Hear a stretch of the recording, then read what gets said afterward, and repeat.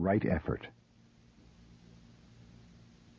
The most important point in our practice is to have right or perfect effort. Right effort directed in the right direction is necessary.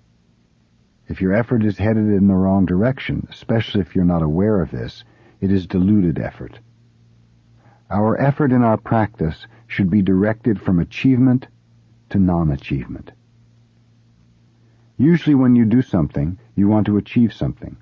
You attach to some result.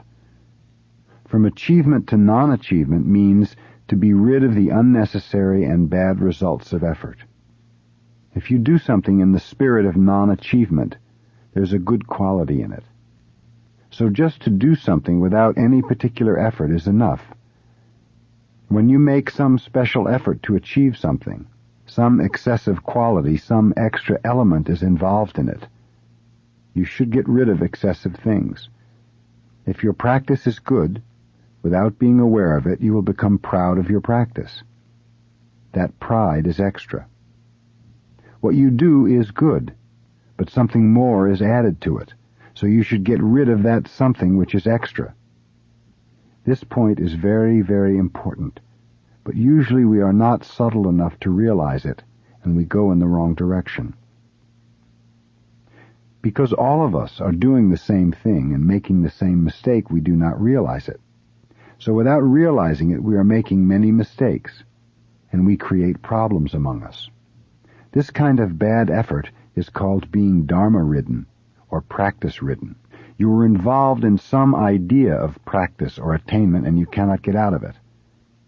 When you are involved in some dualistic idea, it means your practice is not pure. So basically, we're doing a little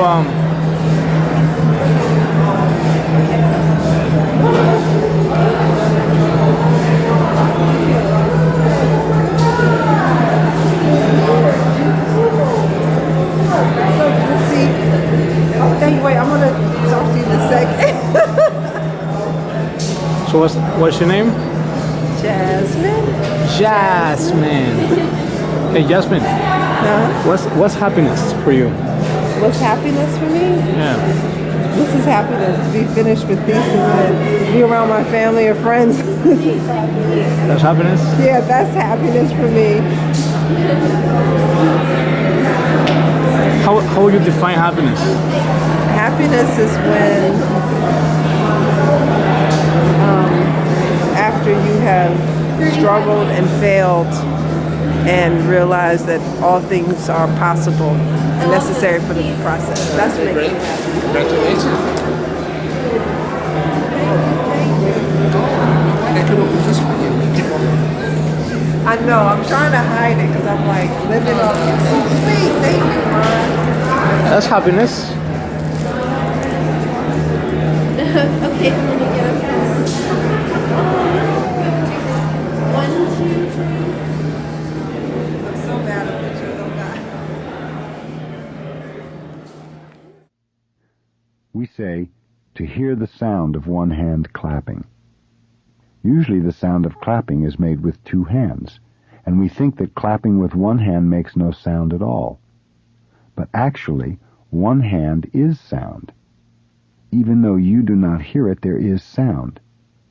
If you clap with two hands, you can hear the sound. But if sound did not already exist before you clapped, you could not make the sound. Before you make it, there is sound. Because there is sound, you can make it, and you can hear it. Sound is everywhere. If you just practice it, there is sound. Do not try to listen to it. If you do not listen to it, the sound is all over.